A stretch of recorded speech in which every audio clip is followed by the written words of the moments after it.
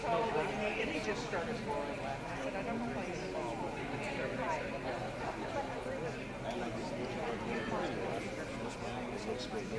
You can smile.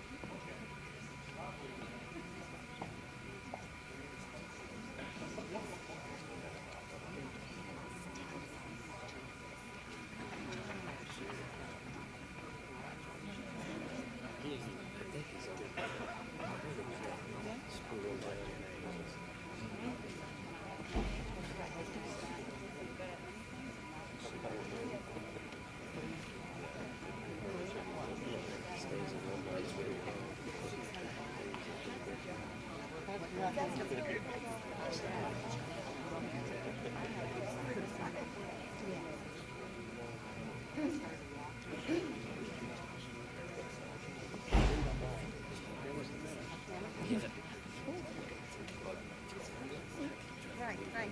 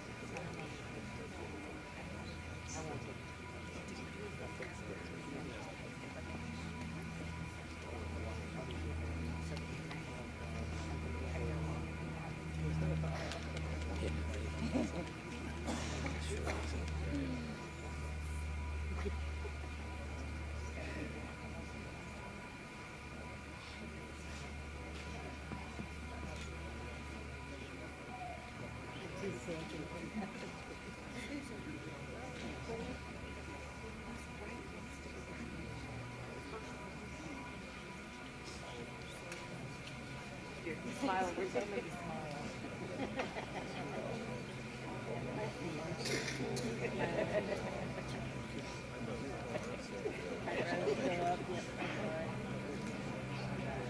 Is that your son?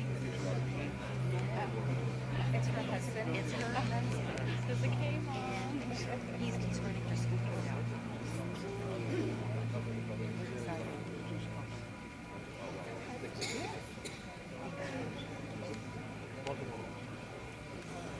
He's also a fireman.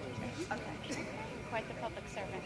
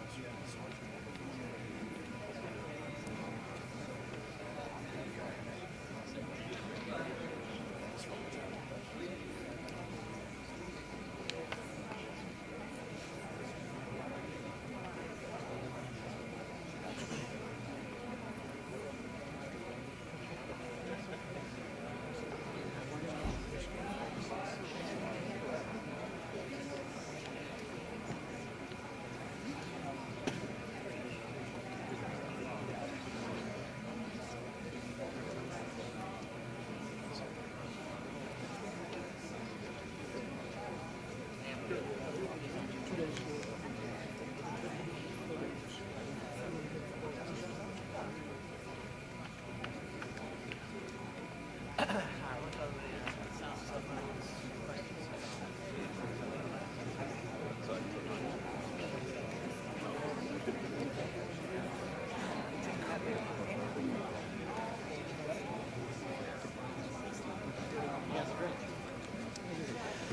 right, good morning, everybody. We're going to get started here in a couple minutes.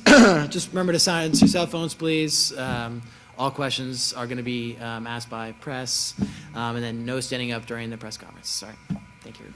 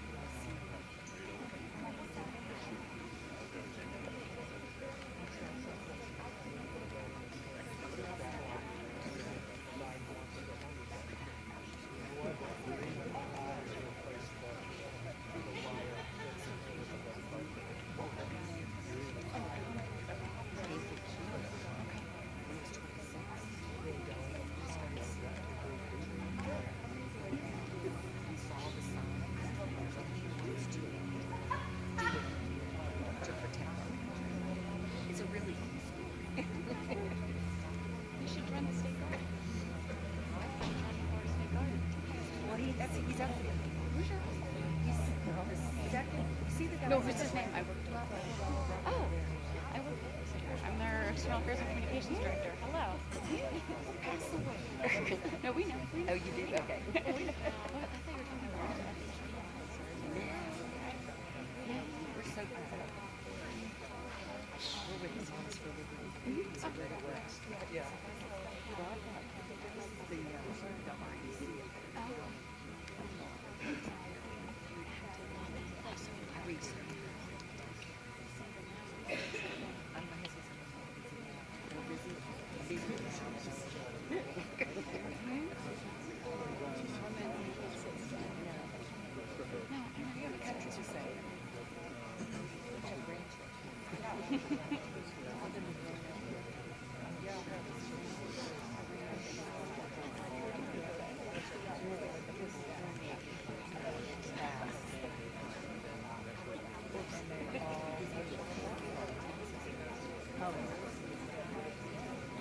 maybe.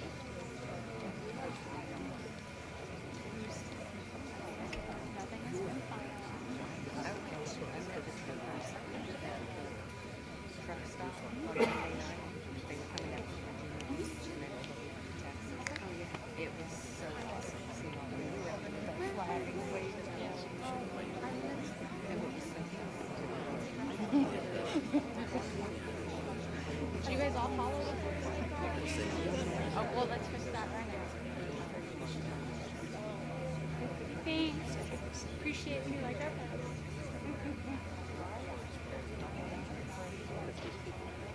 All your friends.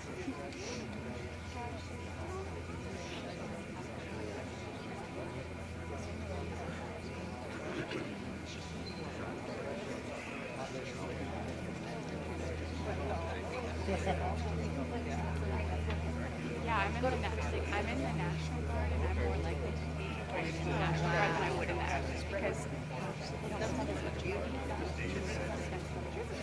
That was one of the oh my God. The other one was kind of like convoy leader. Yeah. Was beautiful.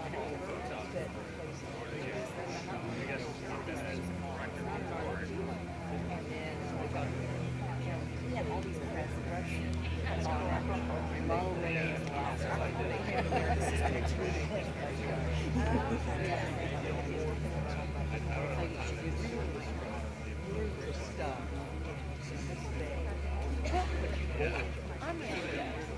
I'm good. I wear that uniform and I work for the wow. very in tune to what's going on. Yes. And you cannot be federalized. You can still be deployed, but primarily within our state, but statute does grant us the authority to go to other states.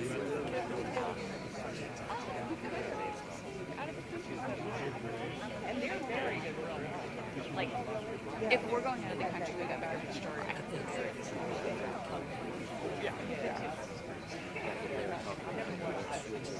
Your pardon?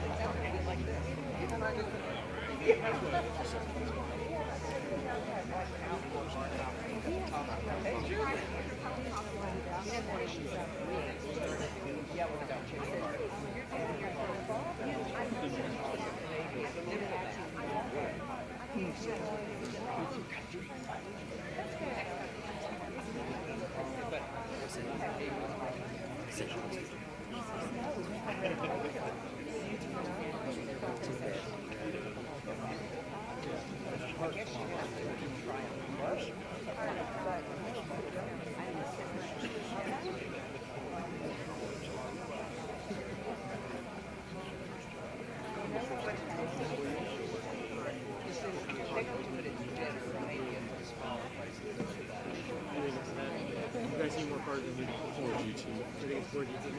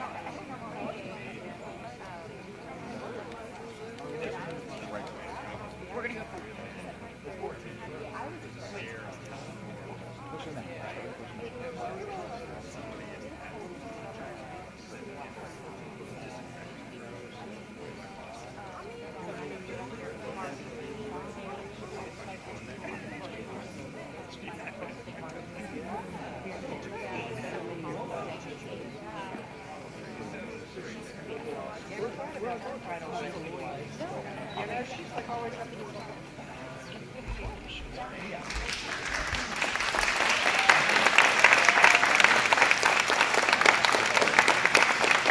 Good morning. Well, we are here to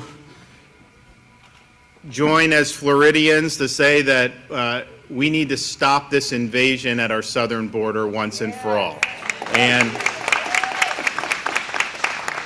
we're here. We've got a number of folks that are joining us today. We have General John Haas, who's our Adjutant General of the Florida National Guard. We have Executive Director of the Highway Safety Motor Vehicles Department, which oversees Highway Patrol, Dave Kerner.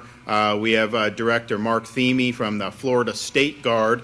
And then we have Sergeant Anthony Duboisevich, an FHP trooper who has been deployed to the southern border. And then we have Gary Howe, Colonel Gary Howe's Director of the Florida Highway Patrol.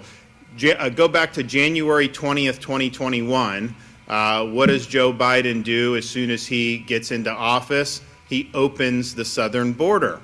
He says he's not going to deport people for 100 days. He issues a slew of executive orders to not just not have the border be fortified, but really to invite people to come in. And when he was running for president, he had said that people are going to be able to come in, and he created an environment where you could pay some coyote thousands of dollars and just get to that border, and you're home free. And so we've seen a huge increase over many years, and now it's as bad as it's ever been at the southern border. We understood this problem in Florida right at the beginning in 2021. And so as this was happening, Texas was scrambling to defend its people, defend its state, and they needed assistance. They weren't getting any assistance from the federal government. Federal government was acting to thwart what they were trying to do. So we stepped up all the way back in 2021, and we've had people on the ground there since 2021. We've had National Guard, we've had Highway Patrol, Fish and Wildlife, Florida Department of Law Enforcement, you name it. They have been there, and they've been making a big, big difference, and they've been able to see a lot of the things that are happening. You know, we have our folks from FHP. They're stopping people from Iran coming across the border, Morocco, all these places around the world, which is just crazy that this is happening. And Director Kerner can talk about it. He's got a whole laundry list of things. They just had an alien from Mexico that they picked up near the border who was wanted for capital murder in the Houston area. So this has been a total disaster. You have massive amounts of drugs pouring into the border, and then the sheer number of people. You know, you don't hear these cities talk about being sanctuary cities anymore, do you? Because they realize you can't possibly take this many people coming in. So we've been assisting from the beginning. We've also taken steps here in the state of Florida. We've signed strong legislation to protect Floridians against illegal immigration, including banning sanctuary cities, including having E-Verify for employers, including increasing penalties for human trafficking and human smuggling. We've also banned local governments and non-government organizations from issuing ID cards to illegal aliens, and we've invalidated out-of-state licenses that have been issued to illegal aliens by states like California. We're not recognizing that here in the state of Florida. And so we've been very, very strong on this. We understand the costs involved, and there are many, many costs. We now have more fentanyl deaths on a yearly basis than we've ever had. It's been going up and up. We've done a lot to stop that here in Florida, and we've had some success in slowing the problem. But when you have this much coming in, I mean, I think they just did, 15,000 pills that they just seized in Florida. Fentanyl pills. They were disguised as Oxycontin. They were really fentanyl. And I've been doing this now for years, raising the alarm on it. When you talk to parents who've lost kids from fentanyl poisoning, a lot of times it's in one of those situations. They think they're taking an Oxycontin or something, which, you know, they shouldn't be doing. But if it's laced with fentanyl, you could be poisoned to death right there. So all of those fake Oxycontin that are fentanyl, you know, those are potential death sentences to anyone that takes it. And so we see that. And the human toll has been incredible that this is happening. Biden has the authority to close this border today if he wanted to. He lacks the will to get the job done. He lacks the capacity to see the problem for what it is and to get the job done. And so the American people are basically left scrambling, and they're left to have to deal with this all on their own. Now, we've done a lot. FHP troopers, since 2021, they've intercepted 150,000 illegal aliens.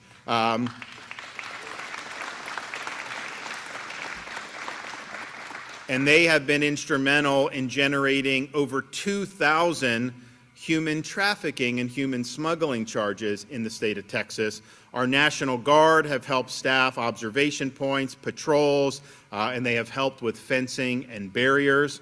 Our Florida Department of Law Enforcement has assisted Texas DPS with arrests of criminal aliens, including violent gang members, and Florida Fish and Wildlife has deployed hundreds of officers, over 500 four-wheel drive patrol trucks, and 24 vessels to assist in patrolling the border along the Rio Grande River. So we have stepped up probably more than any other state has stepped up, and we're proud to do that. However, we don't think this is enough. I believe that a state has a right to fortify its own borders. And so if Texas is helping to erect barriers, putting up razor wire, doing other things to keep illegal aliens out, I want to be helpful with them doing that. I don't want to be part of the federal government trying to tear down these barriers and let more people in illegally. This is crazy that this is the case. So today, we are going to fortify our presence along the southern border. We're providing up to 1 battalion of Florida National Guard, as well as our first ever deployment of the Florida State Guard. And the goal is to help Texas fortify this border, help them strengthen the barricades, help them add barriers, help them add the wire that they need to so that we can stop this invasion once and for all. And the states have to band together. The states have to band together to be able to defend the rule of law. And we see the problems, the drugs, the crime, just the sheer number of people. What has that done to hospitals? What has it done to education? It's just, you just can't do it. I mean, we probably have had 10 million come illegally since Biden's been president, but that number, even if that was legal, we cannot absorb that many people. It's just not the way you do business. It's not the way you run a country. But it's also a larger issue. You know, if we don't have a border, then we are not a sovereign country. You either have a border or you don't. You're either a sovereign country or you're not. So what we're doing today is we're stepping up yet again. We're helping, and I know other states have done a lot, and I'm pretty sure some of these other states are going to do more. But what Joe Biden's administration has done is wrong. What they continue to try to do is wrong. And his failure to do his duty and satisfy his oath of office is something that represents one of the biggest failures of this administration. And that's saying something because there have been a lot. So let's all band together as states. Let's say that our borders matter. Let's say that we're going to support Texas in making sure that we can stop what is happening to our country. So I'm proud to be able to have a lot of people that have served from Florida over these last almost 3 years now. We're going to have more that are going to go, and they're going to do a great job. And this is important. This is one of the most important issues happening in our country today. You know, the people in D.C., they may not think this is that important because it doesn't affect them. You know, they're more concerned about sending your money overseas or doing whatever it is that they do. But this is really important to the American people. And if you look at the potential border deal that they're talking about, where they're going to do some type of reform, first of all, Biden doesn't need legislation to do what he's going to do. Second of all, they're saying, oh, you shut the border down only if you get more than 5,000 illegal aliens a day. Well, that's 1.8 million a year, 1.8 million a year that you're just saying is fine, that's an acceptable amount of illegal entries. To me, the only acceptable amount of illegal entries is 0, and that's what our policy should reflect. So what they're doing up in D.C., I mean, look, a lot of that is they're working for their interests. When you start talking about green lighting, that many more illegal entries, I can tell you, like, this has been a hot issue. I've spoken with people all over the country in the last few years about this. I've never had one person say that what we needed to do is what they're thinking about doing in Washington. Not one person has ever said that at all, because they're not concerned about you. They're not concerned about our country. They're concerned about their own interests. So we're going to bring up some other folks here, but I'm excited to be able to make this announcement. We're doing our part. I've said from 2021, when I used to say that this is an American issue, it's not just a border issue, you know, a lot of people in the media would sneer, and now look what's happened. Look where we are now as a country. It's sad that this has happened, but we're not just going to sit idly by. We're going to do something about it. All right, I'm going to bring up some folks. So we'll start with Dave Kerner from Florida Department of Highway Safety and Motor Vehicles. Governor, there's not really much more that I could add about the description and the conditions at our southern border, but I'd like to start by thanking you as our governor and as our leader, not just as the executive director, but as a Floridian, as a resident of the state, for proactively taking the mission to the Texas border, protecting Floridians first and putting the state first. You've always done that as our governor, and we're honored to work for you, sir. Thank you for what you've done. I'd also like to say thank you to the men and women behind me who have served on the border. You know, I did some basic math. The Florida Highway Patrol and our state troopers have served over 30,000 individual day and nights away from their families, away from their state, away from their duties here. Having said that, they are never more committed than they are now to be on the border protecting this state. These men and women behind me, they see the impact of the open border, not just while they're there, but we have 2,000 state troopers in the state of Florida that patrol these roadways and put bad people in jail every day. They see the 15,000 fentanyl pills. They see the 30 pounds of methamphetamine that were just seized last week. They've never seen this type of drug interdiction in their entire careers. And so, Governor, we remain committed to this mission. We're honored to be a part of this mission, and we know that it's a mission of a lifetime. And Director and General, we're certainly excited to have you join us in your capacity to protect the border of the United States and to protect the families and constitutionality and sovereignty of the state of Florida. Thank you, Governor. Thanks. You know, if you look at like some of the write-up that FHP, you know, does in terms of some of the interactions that they've had, you know, they had one instance recently where illegal alien took, I think, like a 1-year-old and threw the 1-year-old into the Rio Grande to try to get people to come, and then I think they thought they could hop on the boat and get across the border. Someone came, tried to rescue, then a lady dropped, I think, like a 4-year-old or something, and then they ended up, it didn't succeed. You know, the kids were rescued, but then they put them back on the other side of the border. But I'm just thinking, like, who would throw a 1-year-old into a river like that? I mean, like, this is just really, really nuts, and we have no idea who the heck these people are who are coming.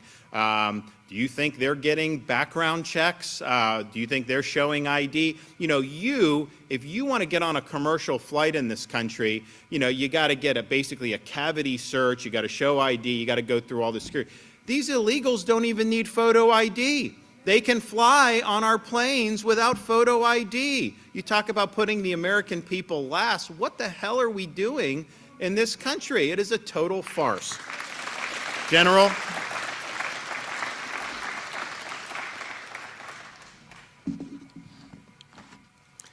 Good morning, Governor DeSantis, agency chiefs, distinguished guests, and fellow service members.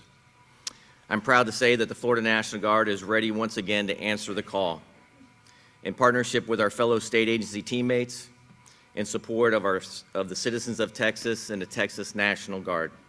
For several years, the Florida National Guard has supported ongoing border security missions in Texas to include deployments in support of multiple federal and state mobilizations. Last spring, the Florida National Guard was the first in the nation to mobilize rotational units to the southwest border in support of Operation Lone Star. During the deployments, the Florida National Guard provided over 700 soldiers to support border security operations. And today, as directed by our Governor and Commander-in-Chief, we're again mobilizing the Florida National Guard to provide up to a battalion-sized multi-purpose task force to support the security operations along the Texas border. while continuing to provide critical support to our citizens in the state by conducting ongoing security efforts and related mission sets here in Florida, to include interdiction missions, supporting the Florida Highway Patrol, continued staff support for the Department of Corrections, and sustained aviation support in the Florida Keys. I thank the brave men and women of the Florida National Guard, their families, and the employers who continue to serve and support the great state and nation. The Florida National Guard is always up to the task and will represent the state of Florida well in this very important mission. Our governor has a unique military perspective because he has served our country in uniform. As a naval officer and judge advocate general, he knows firsthand the dedication and discipline required for missions such as this. Governor, thank you for your leadership and for the confidence and enduring support of your soldiers and airmen who proudly serve and answer the call whenever and wherever needed. Sir, your Florida National Guard is always ready, always there. Thanks. All right, Director.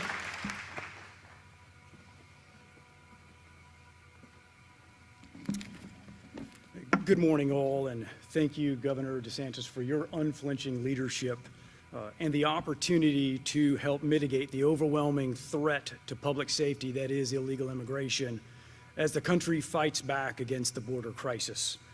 At the Florida State Guard, we are prepared to stand shoulder to shoulder with our teammates in the Florida National Guard, the Florida Highway Patrol, the Florida Departments of Law Enforcement and Fish and Wildlife, to provide direct support to our brothers and sisters in Texas who are grappling with an unprecedented surge of illegal immigration that threatens their borders and their interior.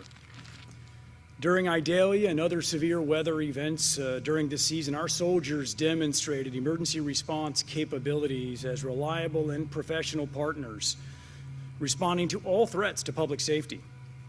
Since reactivation of the Florida State Guard, our soldiers have been trained and credentialed in emergency response and public safety and humanitarian assistance operations. Our response to the governor's call to action in support of Texas is deeply rooted in our unwavering commitment to support public safety in times of need. The dangers of the border crisis do not stop at state lines and are far too great for any one state to ignore or to overcome. We in the Florida State Guard are postured to deliver rapid response to any and all threats to public safety wherever and whenever the need arises. Thank you for your interest and thank you for supporting our Florida State Guard soldiers. All right, Sergeant.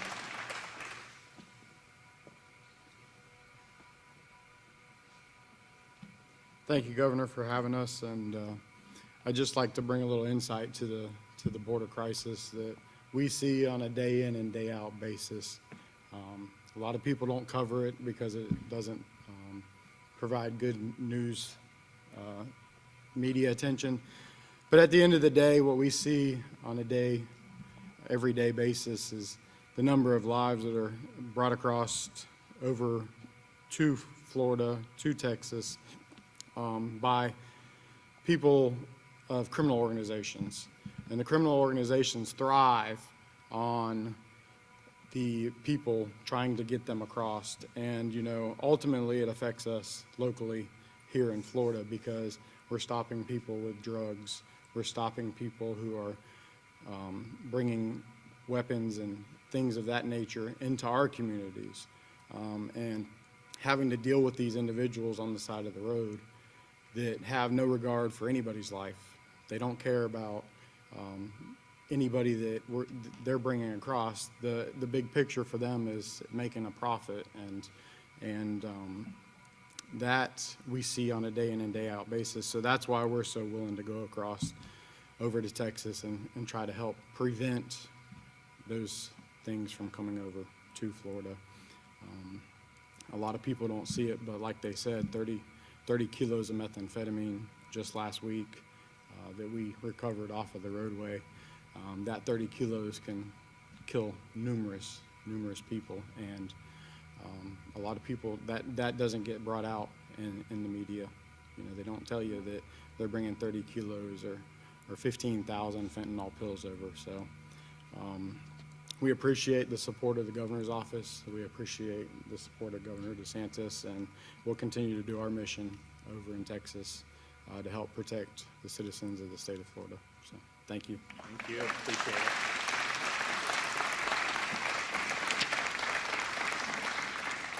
Well, we're going to continue doing our part. This has been an ongoing issue. It's sad that it's gone on this long. It's sad that you don't have a president willing to just put his foot down and say, I'm not going to let this happen to my country. But in the absence of that leadership, in the face of the dereliction of duty, we're going to step up and do our part. So you're going to have Florida folks. You have them there now. You're going to have more Florida folks there, because I think this is an American issue. I don't think it's one state's issue, and I think we have to do the right thing here. So I'm proud of what all these folks from Florida have done over these last couple years, and I'm proud of what they're going to do as we really come into a really important inflection point about whether we're even going to be a country anymore or not. And I think if we're able to help Texas fortify this, then I think there'll be a lot of hope for a lot of people. So thank you. Yes, sir.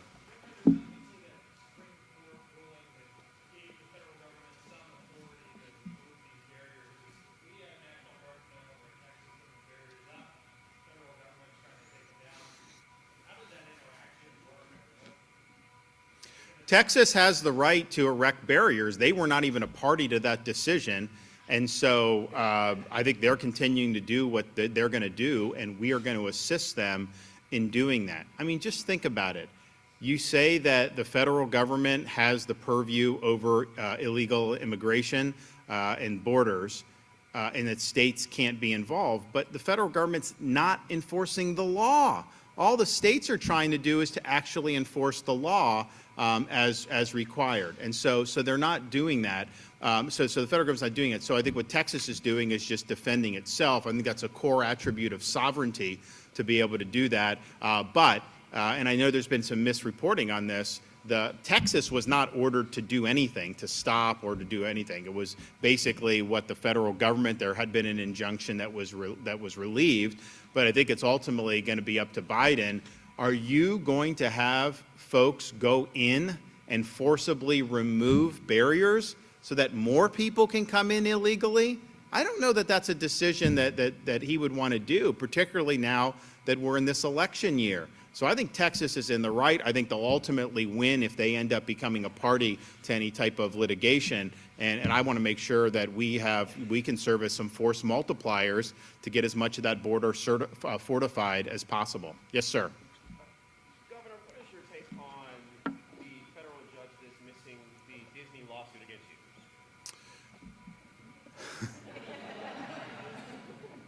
Well, first of all, we stood up for the innocence and well-being of the children of the state of Florida, and that's the right thing to do.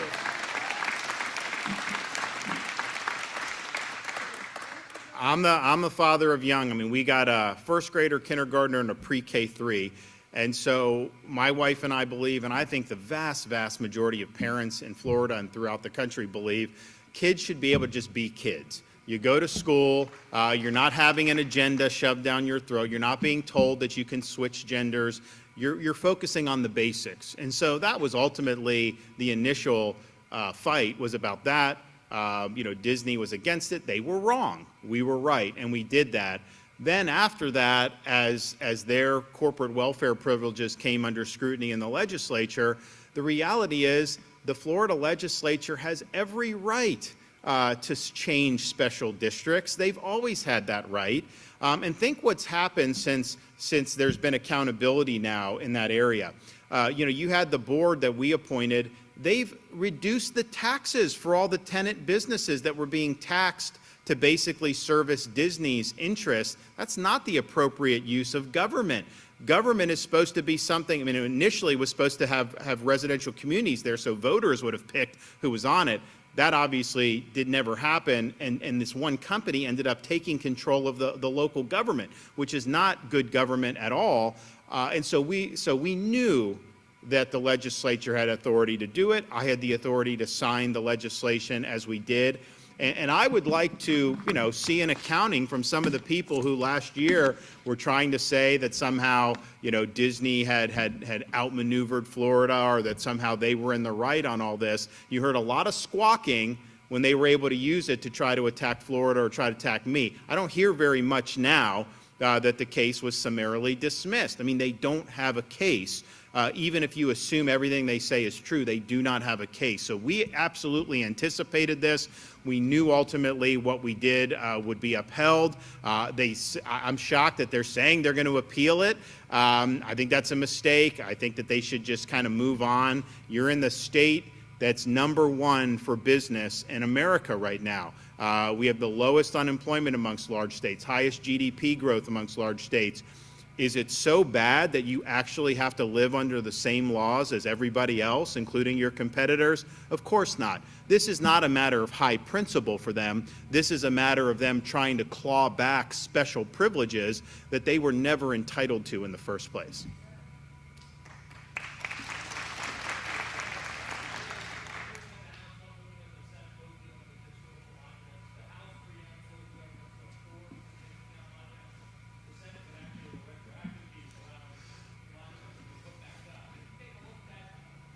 I have not seen the legislation, but I've been very clear ever since I've been governor. I do not support taking down monuments in this state. We've got to stop with this, okay? It's like you learn from history, and you do that. But to try to just say, and here's the thing, when they'll say, oh, well, like 5 years ago, it's like, oh, well, they just didn't want some Civil War general or whatever. And then now that's turned into taking down Thomas Jefferson and Teddy Roosevelt and Lincoln, taking Washington's name off schools. It is nuts. And so I've just said, no, we're not going to support removing any monuments or taking down any statutes. We've created some protections when we did the anti-rioting legislation because people were trying to topple stuff, so we added some penalties there.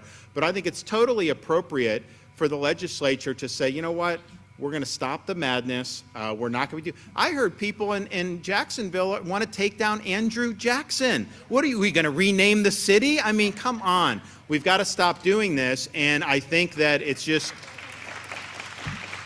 not something that's going to end up working out well for us, and especially it's like, who's next? Okay, you're already up to like Lincoln and Teddy Roosevelt. I mean, you're going to go on and on there, because if you're going to apply some type of hyper woke 21st century test to pass people, you're going to run into turbulence with MLK Jr. You're going to run into turbulence with a lot of people.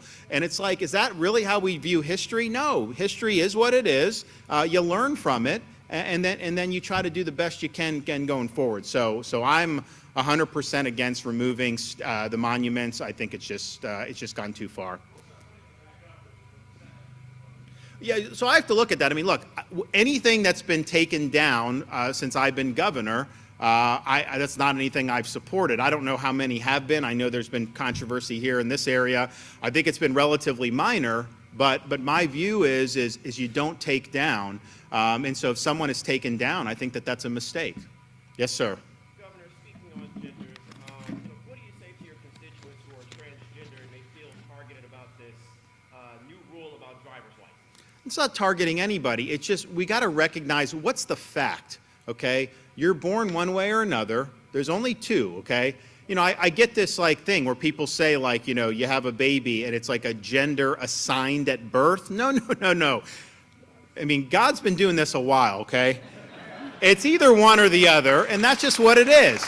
Now, how someone conceives of themselves and all that is subjective, okay? And so I think what we have to do from the state perspective is just focus on the objective biological realities, because the minute you go off of that, the minute it can be subjective, well, what else can be subjective?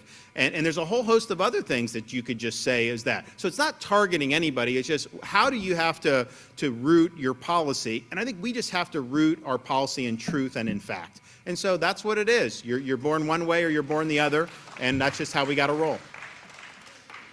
Yes. Yeah, I mean, I think that they're in contact with Texas DPS.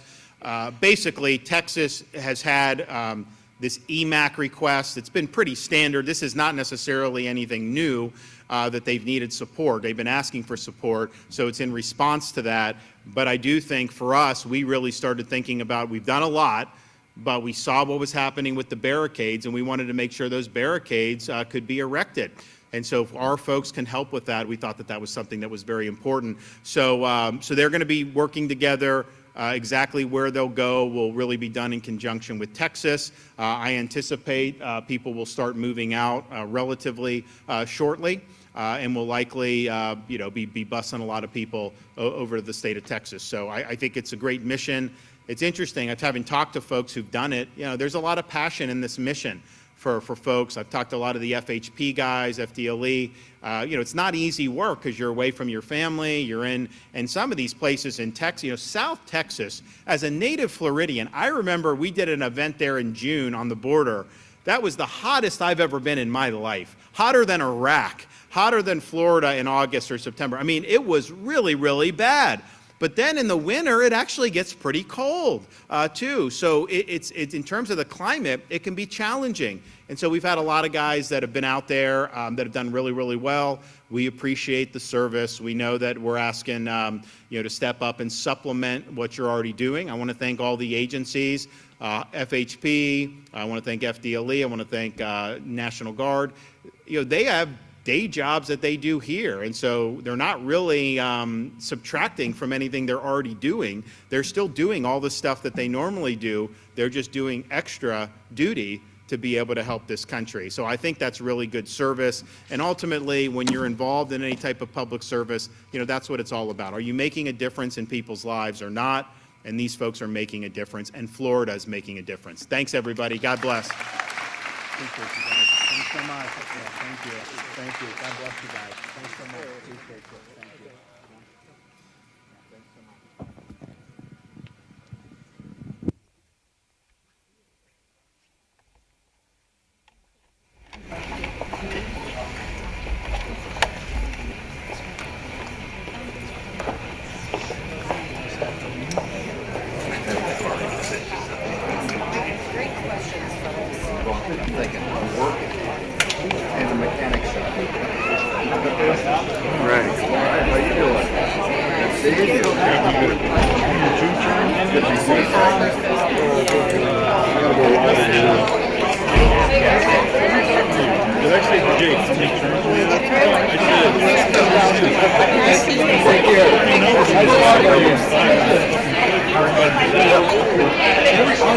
Jacksonville.